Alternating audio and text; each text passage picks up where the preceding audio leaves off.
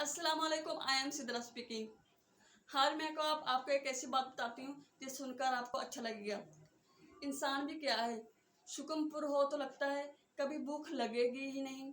जब भूख से बेहाल हो तो शिकवा ऐसा सख्त जैसे कभी कुछ अता ही नहीं किया गया हो।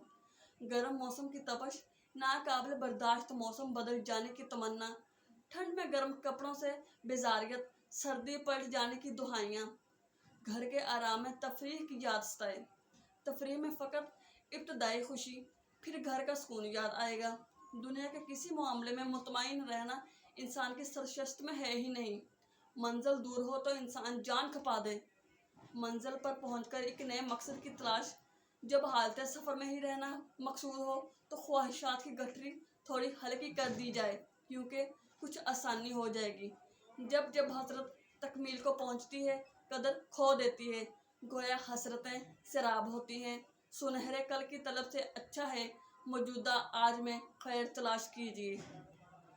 बंदों के बीच में रब की नाशुक्री बड़े घाटे का सौदा है। शुक्र हो या शिकवा, सिर्फ रब के हजूर यकीन कीजिए, वो बेहतरीन दोस्त है, सुनता भी है और मानता भी है। बस आपको अकीदत का हुनर आना चाहिए। तो आपने जितनी भी मुझे सपोर्ट की है इसका बहुत बहुत शुक्रिया, और आगे भी करते रहिए। अल्लाह हाफिज़।